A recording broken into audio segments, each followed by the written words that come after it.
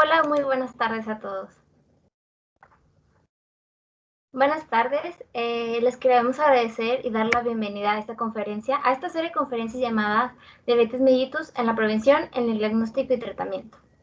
Le agradecemos la asistencia del día de hoy, el cual el nombre de esta conferencia es el rol de la nutrición en la prevención y el control de la diabetes mellitus, el cual será impartida por la especialista en nutrición clínica Ilse Yaret Aresmi Barrientos, quien es especializada, como ya dije, en nutrición clínica y lleva alrededor de 1 año y medio impartiendo clases en la Facultad de Salud Pública y Nutrición.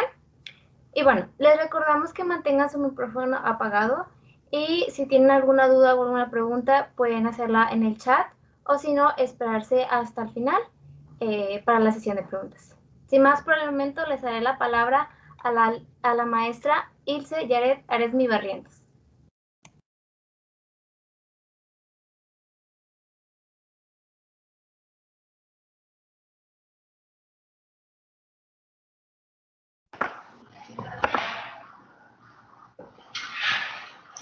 Ok, bueno, nada más y buenas tardes. Primero que nada, gracias por la presentación y la invitación a dar este tema importante sobre el Día Mundial de la Diabetes. Entonces, mucho gusto a todos. Y solamente si me confirman si me escuchan y ahorita les comparto mi presentación. Igual ya me presentaron y ahorita vuelvo a presentar y dar unos datos ahí sobre mí.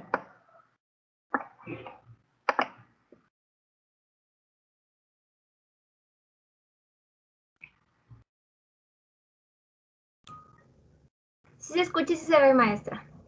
Ok, gracias. Nada más dejen, ya se está compartiendo la presentación.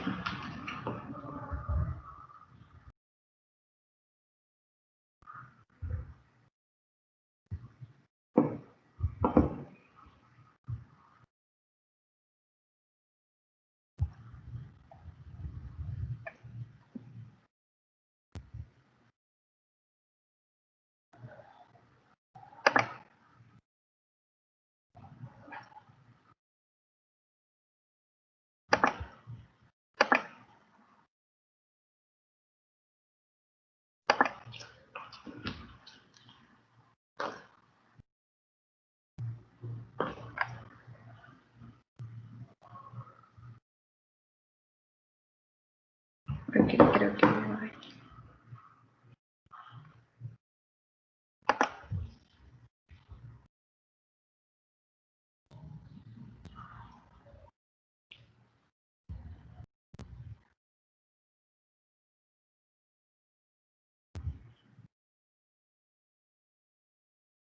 Ok, creo que ya está ahí la presentación. Nada más si me confirman igual si la pueden visualizar para dar inicio. Sí, maestra, sí se ve. Ok, muchas gracias. Bueno, otra vez, muchas gracias por este tema que voy a dar el día de hoy.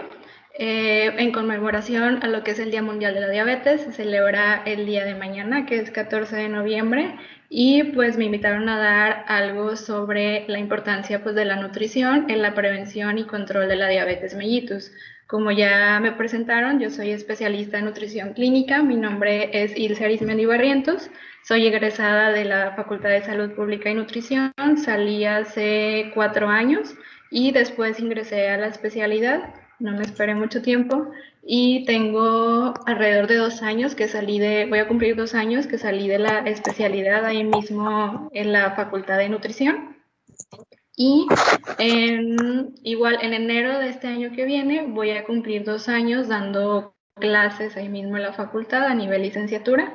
He impartido varias materias referentes sobre todo al área clínica. Por lo regular doy materias a partir de 5º semestre hasta 9º semestre. Es muy variable el tipo de materias que doy, pero son enfocadas pues a todo lo que es el área clínica. Entonces, en esta también me dedico aparte a la consulta privada y pues en esta ocasión pues les voy a compartir este tema para ver lo que es la importancia de cómo la nutrición impacta tanto de manera positiva como negativa en el tema de la diabetes mellitus. Bueno, primero que nada, el objetivo general de esta conferencia es informar y concientizar sobre la prevención, cuidado oportuno y tratamiento de la diabetes mellitus.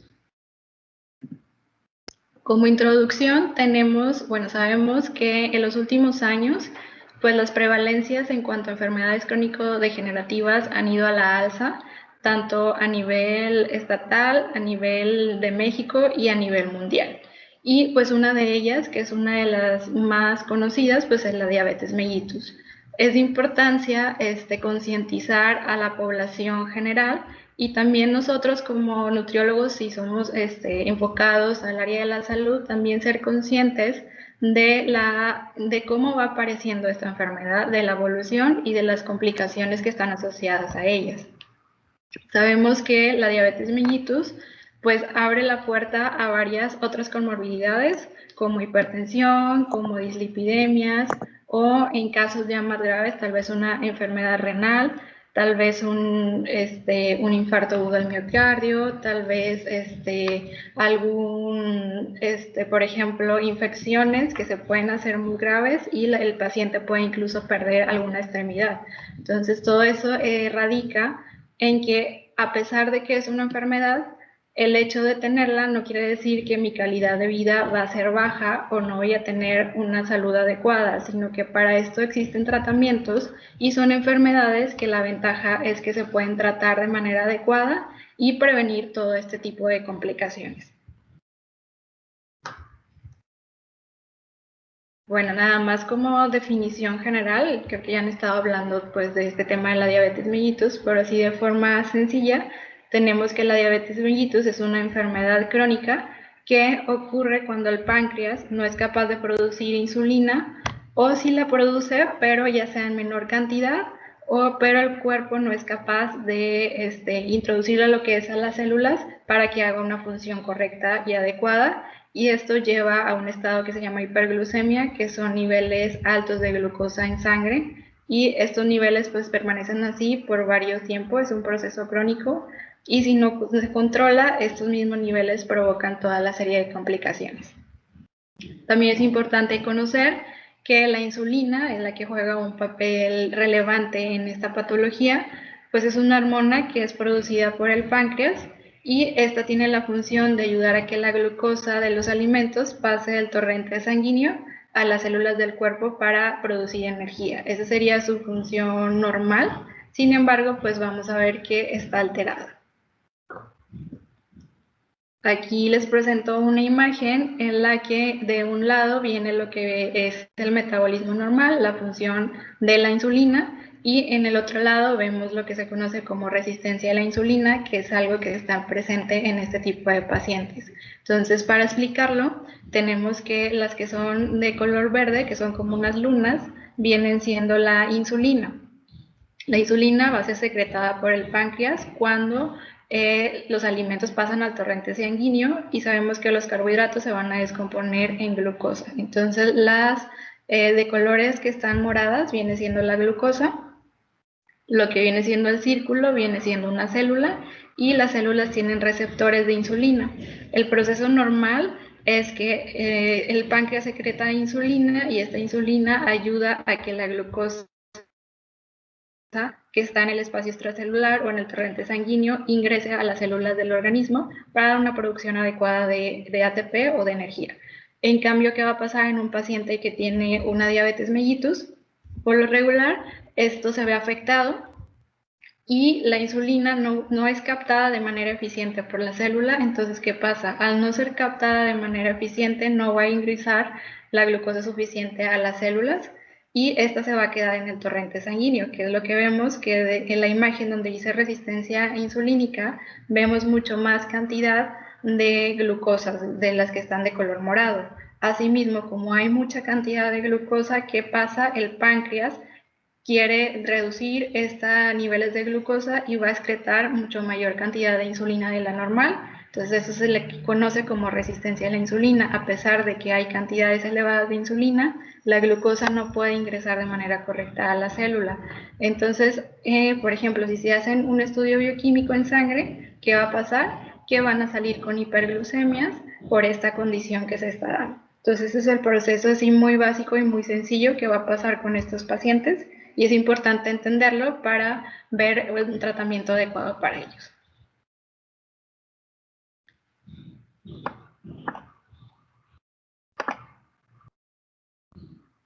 Después tenemos lo que son hay diferentes tipos de diabetes mellitus.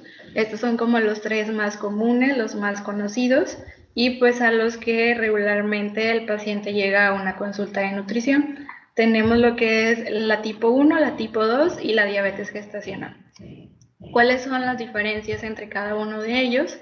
La tipo 1, la diferencia va a ser que el páncreas están dañadas las células beta, que son las encargadas de producir insulina, y aquí la producción es muy baja o incluso nula. Por lo tanto, estos pacientes tienen que tener como tratamiento obligatorio lo que son inyecciones de insulina, porque no las producen, y sin esta insulina, pues pueden incluso a fallecer. También es causada por una reacción autoinmune, no se conoce exactamente la causa probable ni qué factores de riesgo puedan traerla en sí. Esta se va a dar mucho mayor en niños y adolescentes, se puede presentar también en adultos, pero son casos muy raros. Y esta representa el 10% de los casos de todos los tipos de diabetes mellitus. La diabetes tipo 2, esta genera lo que es una resistencia a la insulina, que era la imagen que les explicaba en la diapositiva pasada, en donde sí hay producción de insulina, sin embargo, esta no puede entrar de manera adecuada a la célula. Entonces, esta es la característica de los pacientes con diabetes mellitus tipo 2. A la larga, si esta hiperglucemia no se controla y es muy crónica, ¿qué va a pasar? Que incluso ya no se genera insulina y son pacientes a los que después se les tiene que poner también tratamiento a base de insulina inyectable. Esto va a ser más frecuente en adultos, sin embargo, también la podemos encontrar en niños, en adolescentes. ¿Por qué? Por el cambio que estamos viviendo con todo el proceso de industrialización, de vivir en ambientes urbanos. Entonces, todo este tipo de vida ha generado muchos cambios que son, vemos niños que son sedentarios, que su alimentación no es adecuada, que pasan muchas horas viendo la televisión o en tabletas, o celulares o computadoras, y pues todo esto ha generado a que estas enfermedades antes eran solamente de adultos, sin embargo ahora son también de niños y adolescentes. Este tipo de diabetes representa el 90% de los casos de todas las diabetes. Y por último tenemos la diabetes gestacional, que esta se va a dar solamente en el embarazo, en el periodo de embarazo, y se generan niveles altos de glucosa. Esta va a desaparecer después del parto, quiere decir que la paciente que se le detecta este tipo de diabetes, a la hora de que su bebé nace no la va a tener, sino inmediatamente se controlan esos niveles. Sin embargo, sí es un factor de riesgo para que en años posteriores pueda padecer lo que es una diabetes tipo 2 si no cuida sus hábitos alimenticios y su estilo de vida. Esto se va a diagnosticar a través de una prueba oral de tolerancia a la glucosa que se les hace a las embarazadas a partir del segundo trimestre, y ahí se detecta en ellas. También otra cosa importante en cuanto a la diabetes tipo 2, la manera en la que podemos diagnosticarla o el médico la va a diagnosticar es a partir de una glucosa plasmática en ayuno, y también se hace controles con lo que es la hemoglobina glucosilada. Aquí en esta imagen tenemos lo que viene siendo la comparación, la función de la insulina, cómo está de manera diferente dependiendo del tipo de diabetes mellitus. Tenemos un páncreas normal que secreta insulina de manera normal, que son las bolitas azules, la célula, y la función normal es que una vez que se detecta que hay glucosa en el torrente sanguíneo, pues ingrese a la célula. Esa es la función normal, aquí está ingresando de manera adecuada la glucosa que hay, la glucosa que ingresa. En la diabetes tipo 1 comentábamos que no va a haber una producción de insulina, y al no haberla, pues no puede ingresar lo que es a la célula, y esto va a hacer que toda esa glucosa pues se quede en el torrente sanguíneo y genere hiperglucemias.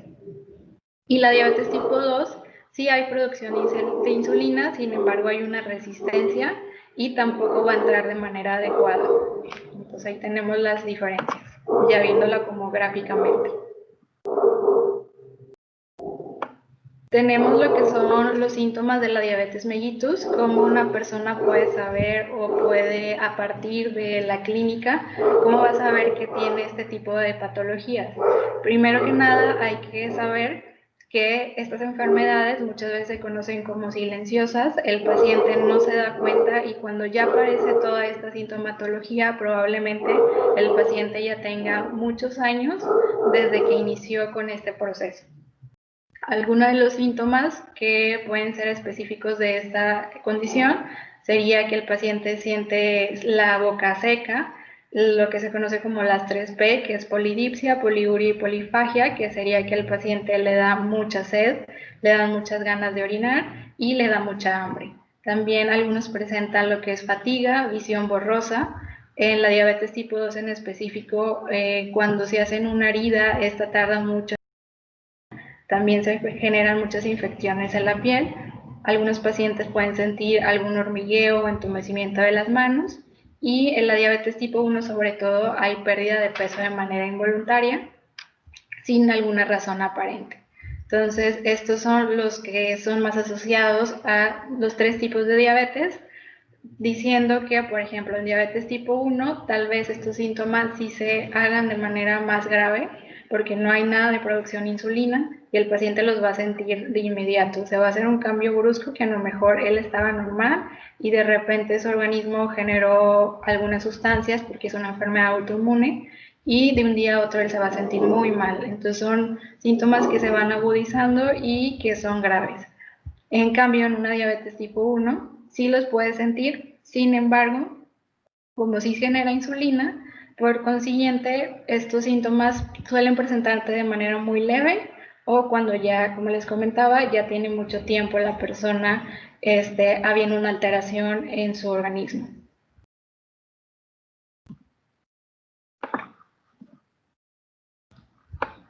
Ahora bien, ¿qué factores de riesgo hacen que una persona pueda presentar este tipo de condición?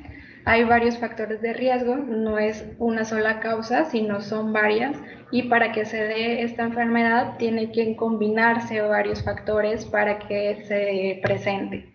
Entonces, algunos de ellos es que tengamos algún antecedente familiar de diabetes mellitus, algún papá, algún abuelito, pueden ser nuestros antecedentes familiares, entonces hay que cuidarnos mucho más.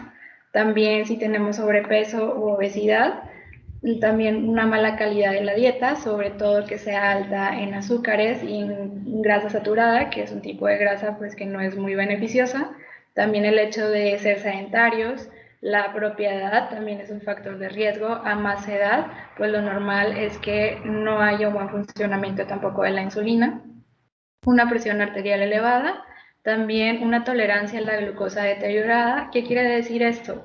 Esto quiere decir que a lo mejor yo me hago una glucosa en ayuno, en una bioquímica sanguínea, y ¿qué va a pasar?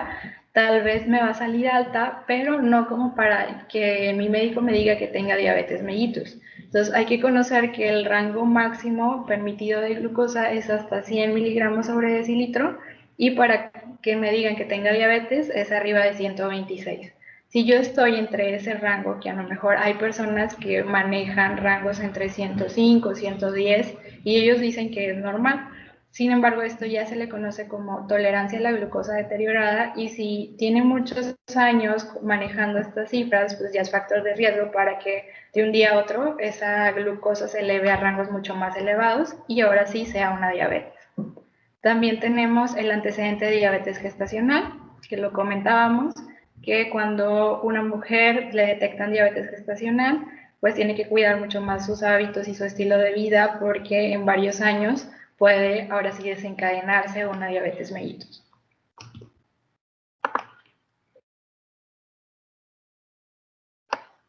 Ahora vamos a ver las complicaciones, así de manera rápida, que ya las platicábamos.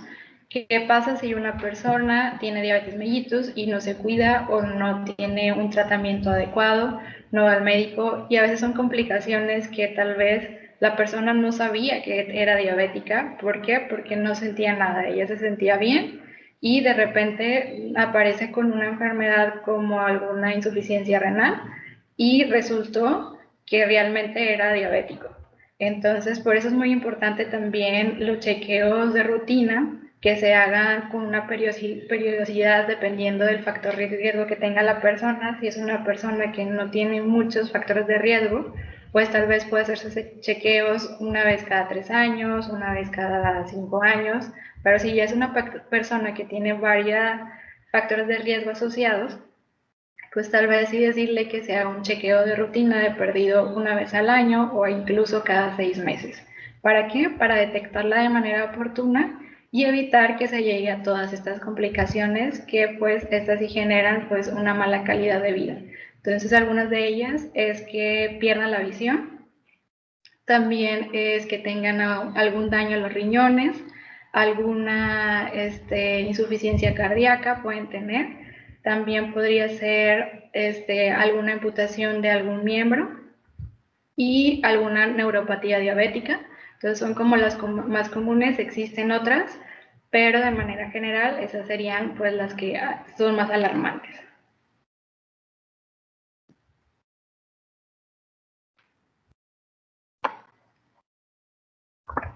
Después tenemos lo que es la prevención de la diabetes mellitus. Ya vimos todo lo que son los factores de riesgo. ¿A qué va la prevención? Pues es a disminuir todos estos factores que vimos, y la manera en lo que podemos hacerlo, pues es en base al estilo de vida, que esa es la piedra angular para poder prevenir este tipo de patologías, y lo que es actividad física, que el paciente empiece a realizar actividad física. Entonces ahorita me voy a detener un poco en cuanto a alimentos que hay que evitar, hay que incorporar a la alimentación y aquellos que hay que limitar. Entonces los marqué así como el primero, lo que hay que preferir. Nosotros tenemos la decisión de elegir qué me voy a comer y qué no.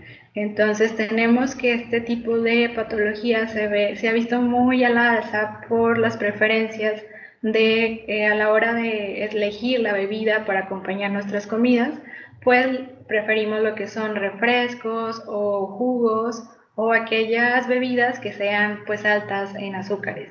Entonces aquí lo que se recomienda es que en vez de ellas yo tome la decisión de tomar agua natural. También podría ser café, nada más que sería un café al que no le vamos a añadir azúcar, un té igual que no le añadamos azúcar extra. Eso en cuanto a las bebidas. En cuanto a lo que viene siendo proteína de origen animal, no toda la proteína es mala, no podemos decir que es mala y que es buena, pero sí podemos elegir entre las opciones que tengamos aquellas que sean magras, que tengan menor cantidad de grasa saturada, y entre ellas puede ser carne blanca como el pollo, el pescado, el huevo. También aquí viene algo, por ejemplo, mantequilla de maní. Muchas veces agarramos tal vez un pan y lo acompañamos con mermelada o con mantequilla, o tal vez nos preparamos un licuado y le ponemos chocolate. Entonces, ¿qué pasa? Que elegir opciones diferentes que se compensen, que sean algo similares, no tiene el sabor tan dulce, pero sí es una mejor opción. Entonces, en vez de ponerle yo a lo mejor mermelada a mi pan, puedes optar por una mantequilla de maní, de almendras, que es mucho mejor y más saludable. También igual en el pan o en los cereales, elegir aquellos que sean complejos y que sean integrales. Tenemos pan blanco y pan integral. Decirle a las personas que consuman preferentemente pues aquellos que son integrales por el aporte de fibra que van a tener.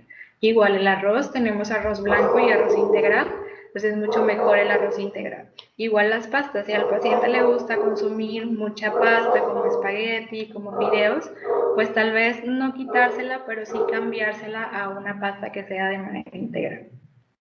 ¿Cómo es otra forma en la que vamos a prevenirlo? Hay que incorporar a la alimentación frutas y verduras. Muchas veces las personas no están acostumbradas a consumir frutas y verduras de manera diaria. Estas son de manera diaria, entonces la recomendación es que mínimo consuman 3 porciones de verduras al día y de frutas que sean hasta máximo 3 frutas en el día. También hay que elegir las colaciones Sabemos que de repente nos da hambre entre la media mañana y la media tarde y pues muchas veces eso es más de antojos, varias veces, entonces pues nos podemos ir a lo mejor por un elote, algunos fritos, alguna nieve, todo eso, y sabemos que no son opciones pues muy saludables. Entonces, ¿qué pasa aquí? Darles opciones diferentes, algo más sano como frutos secos, alguna fruta fresca o algún yogur descremado, pero que no esté endulzado, que no tenga azúcar añadido. También en cuanto a los aceites que van a cocinar en casa, también hacerles ver que pues es mucho mejor cocinar con un aceite de oliva, de canola, de maíz o girasol, que aunque son aceites, tienen una calidad buena en cuanto a las grasas. Aquí otra opción es evitar, como les comentaba, todo lo que son opciones de bebidas que tengan alto contenido de azúcares refinados. En cuanto a las proteínas de origen animal, decirles que eviten lo que es la carne procesada y todo lo que son embutidos. También evitar azúcares refinados, decirles en dónde están esos azúcares. Por ejemplo, decir que también lo tiene la miel, aunque sea de abeja, que está en la mermelada, que está en la cajeta, etcétera, porque muchas veces solamente piensan que el azúcar es el azúcar blanco. Entonces hay que decirle en dónde se encuentran para que ellos puedan identificarlo. También hay que evitar los cereales refinados, que vendrían siendo todos los que son blancos, y grasas que no son buenas, como la mantequilla, margarina, manteca. Y aquí hablamos de dos tipos de aceites que, aunque son de origen vegetal, se caracterizan por ser muy altos en grasa saturada y que no dan algún beneficio a la salud. Entre ellos está el aceite de coco y el aceite de palma, que hay que evitarlos y que últimamente se pusieron muy de moda. Entonces, decirles por qué sí, por qué no se deben consumir. Y por último, limitar la ingesta de alcohol a máximo 2 bebidas por día. Y la carne roja sí la pueden consumir, pero limitárselas, que no sea muy seguido y que en mucha cantidad. Esas serían como medidas para prevenir en una población que aún no tenga diabetes mellitus, pero si quiere hacer un cambio en su estilo de vida. Entonces hay mucho trabajo de orientación alimentaria, de educación al paciente, para que incorpore todos estos nuevos hábitos en su vida y sobre todo hacerlo consciente, que es lo que hablábamos, que eso es un término que se está usando últimamente, que es alimentación con conciencia. Entonces las personas realmente ya saben qué es bueno y qué es malo, pero hay que ayudarlos a ser conscientes de qué me estoy comiendo, por qué me va a hacer bien, por qué me va a hacer mal, qué sustancias tiene ese alimento, para que él sea más fácil la progresión.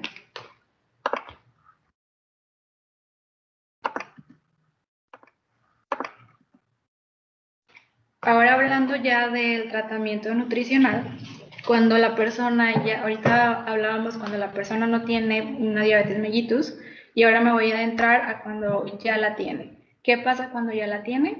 No quiere decir que hasta ahí se acaba su vida, que se la va a pasar mal, que van a venir muchas complicaciones. No, si se detecta de manera temprana, oportuna, y se le da el tratamiento indicado para él, tanto médico como nutricional, como a lo mejor de ejercicio, como psicológico, pues va a ser una persona que pueda vivir muchos años sin ningún tipo de complicación y de manera normal. Entonces, ¿cuáles son los objetivos del tratamiento nutricional? Son varios. Uno es el hecho de la parte de la educación alimentaria, que se trabaja mucho con este tipo de pacientes.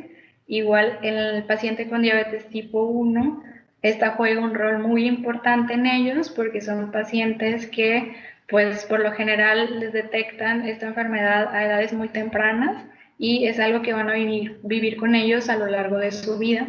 Y por eso ellos tienen que educarse, aprender cómo comer desde pequeños, para que cuando ya no dependan de sus papás, pues ellos ya saben realmente qué tienen que hacer. También es hacer hincapié en una correcta alimentación, mantener la glucosa en los límites adecuados, normalizar lo que viene siendo el perfil de lípidos y el control de la presión arterial. Aquí hablamos solamente de glucosa, pero en estos pacientes muchas veces también tienen otro tipo de alteraciones. Entonces, revisar esos estudios en sangre que se hagan y tratar de que todos estén en rangos normales para evitar después otras complicaciones.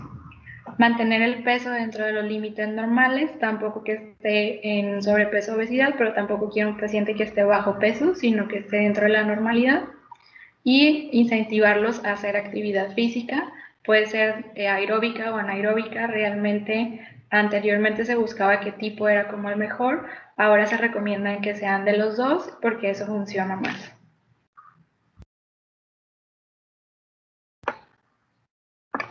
Ok, las características del plan alimenticio. ¿Qué características tiene que tener un plan de alimentación para un paciente que tenga diabetes mellitus de manera general, de cualquiera de los 3 tipos que platicábamos?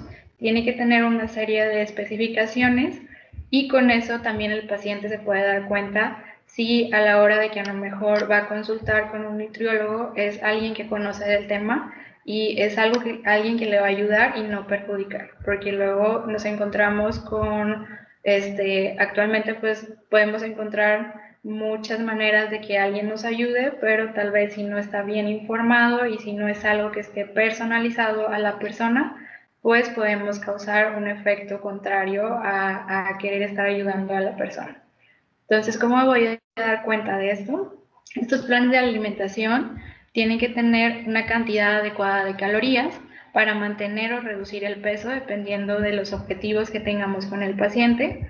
También que estas calorías me permitan, en el caso de niños y adolescentes, así como mujeres embarazadas, que estas permitan un crecimiento y desarrollo adecuado. Entonces, a veces nos vamos a topar con pacientes que son pediátricos y hay que darle las calorías necesarias para no frenar ese desarrollo porque están en constante crecimiento.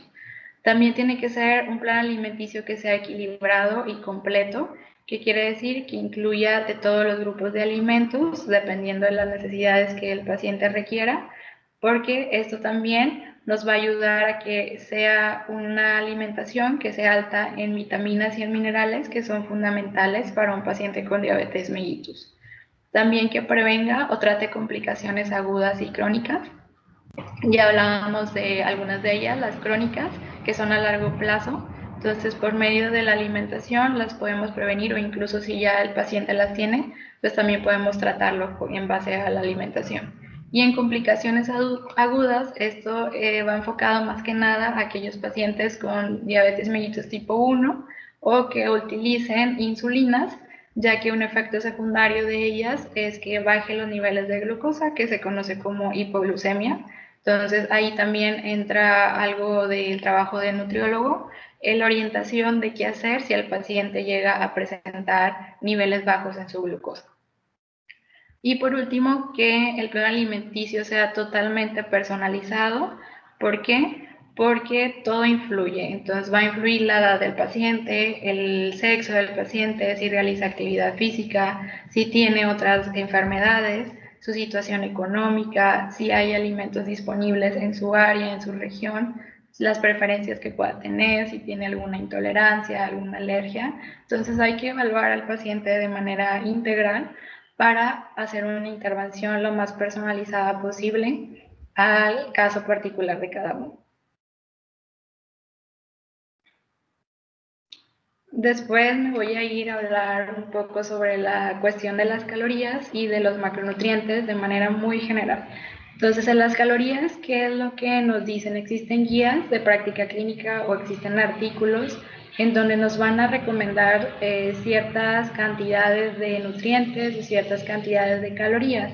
Estas guías nos sirven para orientarnos hacia dónde ir, hacia qué voy a hacer con el paciente. Sin embargo, a veces se pueden salir fuera de lo que nos están diciendo porque, como veíamos, cada paciente es diferente y hay que hacer todo personalizado para ellos. Entonces, sí, de manera práctica, nos recomiendan que en un paciente con diabetes mellitus, por lo general se va a recomendar disminuir la ingesta calórica solamente en casos donde veamos que haya sobrepeso, obesidad. Esta disminución de la ingesta calórica se va a centrar más en reducir aquellos carbohidratos, pero sobre todo los refinados. Entonces aquí quiere decir que nos vamos a centrar más en la calidad que en la cantidad.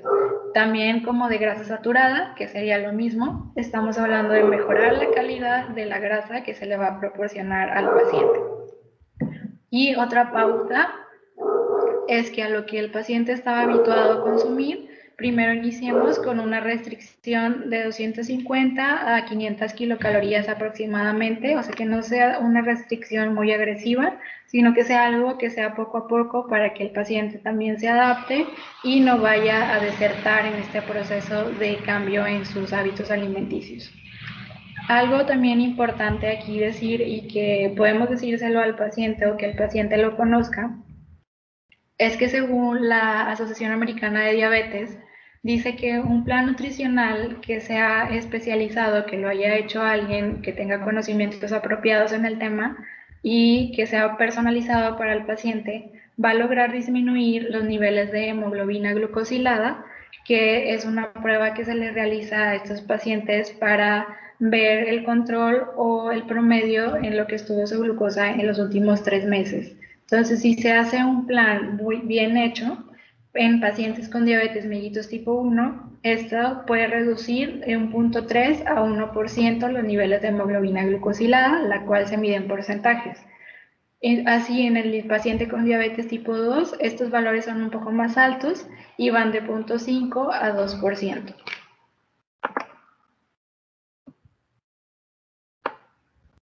Ahora, en cuanto a los macronutrientes, sabemos que en la alimentación o los alimentos existen 3 grandes grupos y son necesarios para la función adecuada del organismo. No podemos omitir uno porque si lo vamos a omitir, vamos a causar una serie de deficiencias y alteraciones que no queremos. Entonces aquí no se recomienda quitar ni alguno de ellos, ni bajar mucho ni nada, porque si vamos a perjudicar al paciente. Entonces, las recomendaciones más generales que les puedo dar es de proteína. Lo que se recomienda es que sea de un 10 a un 20%. Entonces, supongamos que tenemos un plato y ese plato, un 20% va a ser la proporción de la proteína que yo le puedo dar al paciente en un día. Y aquí lo único es que si mi paciente ya tiene alguna complicación en su riñón, ahí sí voy a tener que restringirla. Entonces, esto es muy general, no me voy a meter así a muy profundo, pero esa sería la recomendación. Igual hay que buscar la calidad de los alimentos que tengan proteína y, como lo comentaba al inicio, pues dejar para el final lo que viene siendo aquellos que sean altos en grasa saturada, pues son los que voy a evitar en este tipo de pacientes. También aquí la cuestión de los lípidos, que son las grasas, lo que se recomienda es que del 25 al 35% sea a partir de lípidos o de grasas, y lo que se busca ya no es tanto restringir al paciente la cantidad de grasas, sino cuidar la calidad que le voy a estar dando. Entonces, también decir que el paciente no se vaya a asustar, que a lo mejor le voy a poner mucho aceite, pero decirle el por qué. Es un aceite que es bueno, que te va a hacer estos beneficios. Entonces, explicar siempre el porqué de las cosas. Aquí lo que se aconseja es evitar sobre todo la grasa saturada, que sea al menos del 10%, y aumentar la grasa insaturada. Entonces, la grasa saturada, ¿dónde la vamos a encontrar? En alimentos de origen animal, por ejemplo, en las carnes rojas, en la manteca, en los quesos también, en los lácteos que sean enteros también van a tener grasa saturada, en aceites como el coco, el de palma, que era lo que hablábamos hace rato. Entonces, todo eso evitarlo y sí incluirle aquellos que sean un tipo de grasa buena, como aceites como oliva, aceite de canola, como aguacate, como frutos secos, todo como pescados grasos, todo eso le va a ayudar al paciente. Y también esta cantidad de lípidos pues va a depender mucho de la situación del paciente, va a depender del peso que tenga el paciente y también si tiene alteraciones en los lípidos, si tiene alteraciones en el colesterol, en los triglicéridos, en el HDL, todo eso también me da la pauta para yo saber si voy a aumentar, si voy a restringir, qué le voy a dar de más o qué de menos. Y por último tenemos los carbohidratos, que pues estos son los que son más conocidos o que el paciente con diabetes le va a tener más miedo a los carbohidratos. Sin embargo, no hay que tenerles miedo, hay que saber, igual que los lípidos, la calidad que va a ser buena para ellos y que sí los pueden consumir, pero de manera adecuada y en las cantidades que ellos necesiten. Entonces, de manera general, se recomienda que sea de 45 a 55% de los alimentos en base a carbohidratos. Se dice que no hay que restringirlos tanto, que mínimo sean 130 gramos al día, debido a que el cerebro también ocupa de glucosa, que es un carbohidrato, para funcionar de manera adecuada. Entonces, si yo restringo más de eso, pues voy a estar causando otro tipo de alteraciones. Aquí lo que se recomienda es que los carbohidratos se restrinjan a aquellos que son simples o que son refinados, como azúcares, como dulces, como mieles, mermeladas, refrescos, todo eso, y preferir aquellos que sean complejos, como los cereales integrales, como frutas con cáscara. También todo eso va a ser bueno para el paciente, como leguminosas, frijoles, lentejas, como frutos secos, también tienen carbohidrato complejo. Entonces son un tipo de carbohidrato que le va a beneficiar al paciente. También aquí entra algo que se llama índice glucémico, y está en relación. El índice glucémico nos va a decir si el alimento que está consumiendo va a subir la glucosa de manera brusca o si la va a mantener en niveles normales. Entonces recomienda alimentos que sean con índice glucémico bajo y evitar aquellos que tengan un alto índice glucémico. También la fibra juega un papel importante en esta patología. Hay dos tipos de fibra. Realmente se incorporan los dos, tanto fibra soluble como insoluble, pero la que se ha visto que ayuda a la resistencia a la insulina va a ser aquella que es de tipo soluble, porque también ayuda a que no se absorban ciertos nutrientes, y retarda lo que es el tránsito intestinal. Entonces, el tipo de fibra más ideal para estos pacientes sería la que es de tipo soluble.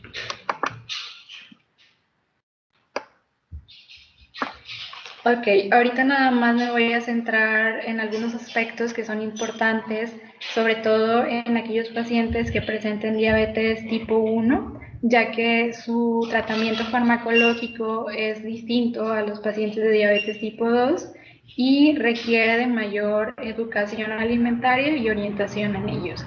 Entonces, estos pacientes, todos van a tener tratamientos con insulina, no va a haber un paciente que no lo tenga.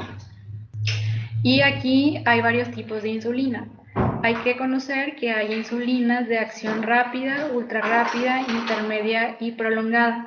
Aquellos que utilizan este tipo de pacientes son ambos, se les llama lo que viene siendo esquemas de insulinas bolo-basal o basal-bolo, que significa que estos pacientes por lo general van a tener insulinas de acción intermedia que se ponen 2 veces al día, en la mañana y en la noche, que es para mantener sus niveles basales de glucosa, y aparte van a tener insulinas rápidas, ultra rápidas, que estas se ponen antes de cada tiempo de comida principal, y estas ayudan a metabolizar los carbohidratos que se consumieron en ese tiempo de comida específico.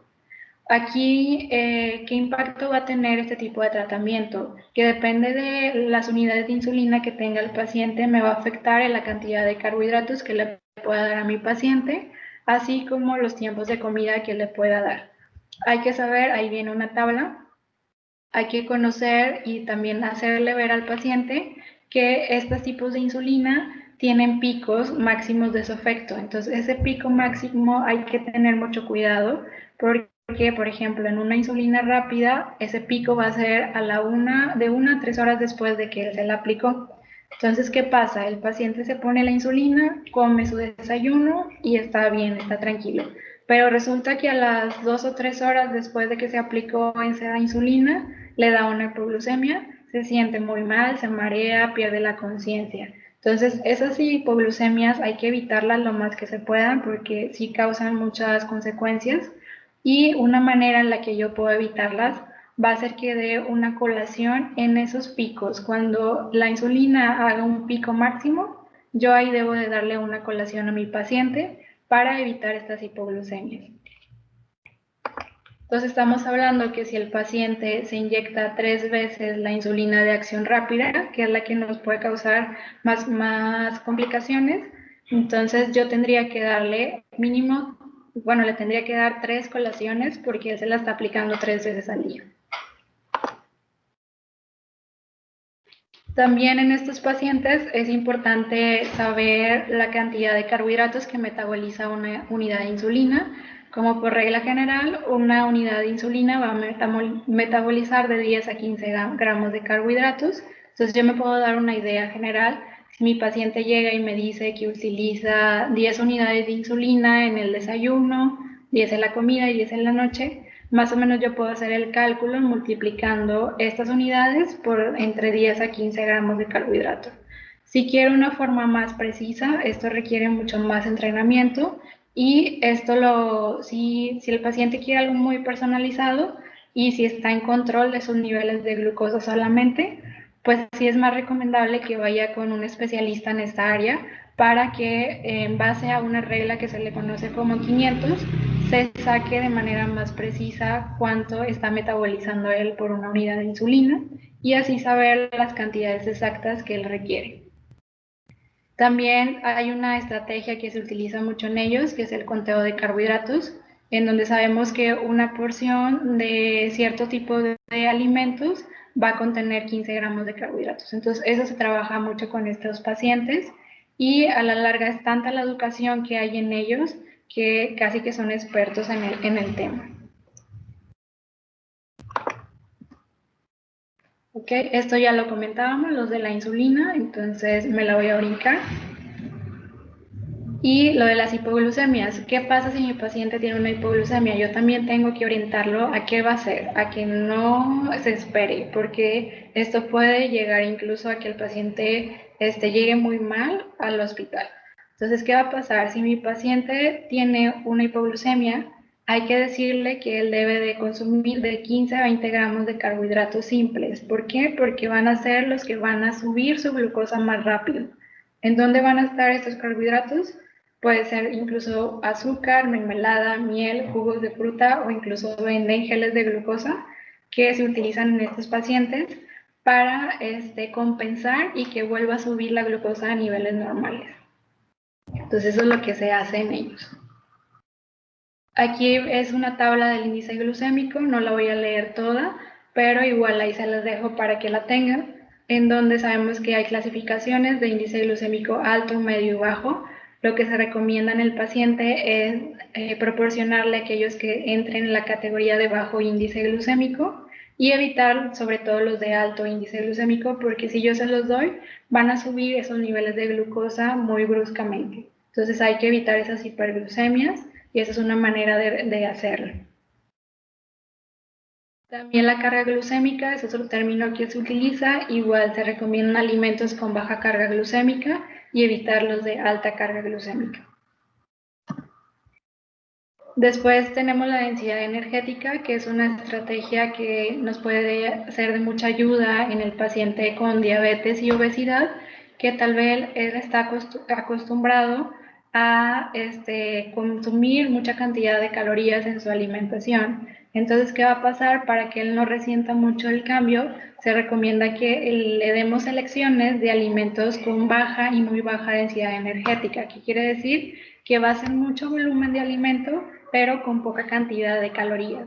Entonces esos son ideales para el paciente para que se sacie, no sienta mucho que es muy poca comida y cumpla con sus requerimientos de energía. Igual ahí están.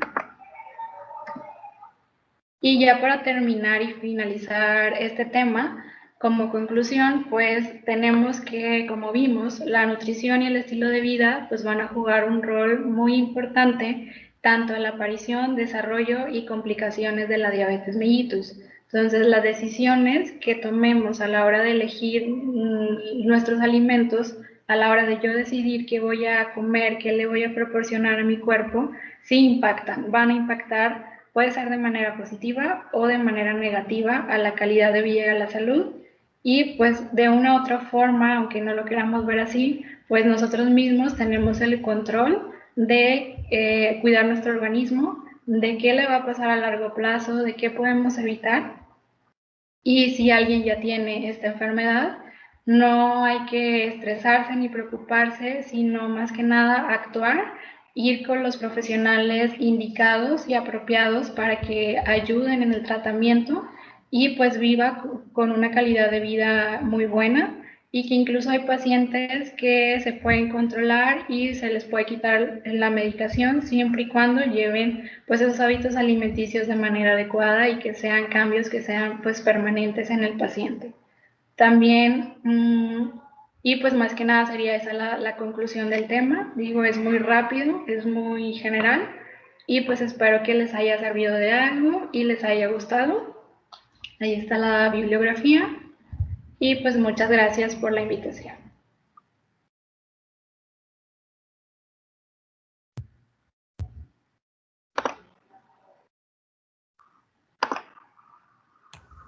¿Alguien del público tiene alguna pregunta, duda que le quiera hacer saber a la maestra?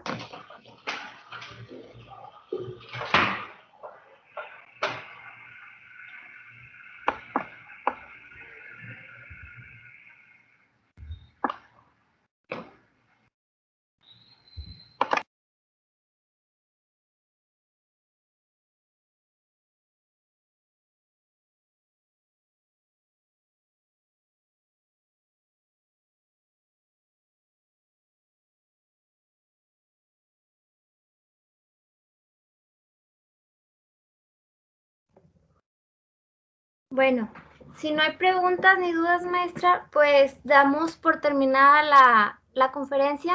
Le agradecemos a todos su asistencia y más que nada la colaboración de la maestra en apoyarnos en esta breve conferencia en conmemoración del Día Mundial de la Diabetes Mellitus. Y bueno, los queremos invitar a todos a nuestra próxima conferencia, que es el día de mañana a las 12 del mediodía, que será impartida por Área Médica. Y bueno, también seguir en nuestras redes sociales como Jóvenes por la Salud. La próxima semana se van a subir todas las conferencias que se tuvo jueves, viernes y sábado, para los que no pudieron asistir a alguna. Y bueno, maestra, también queremos enseñarle un presente que le quisimos hacer como agradecimiento ¿dónde está? A este apoyo que nos puede dar. Sabemos que tiene una agenda muy apretada, escuela, trabajo, y pues el apoyarnos con esto se les agradece mucho.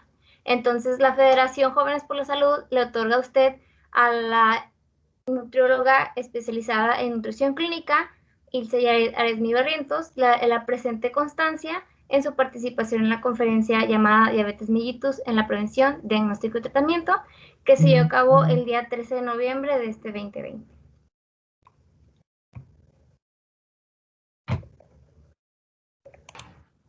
Ok, muchas gracias, Jaime.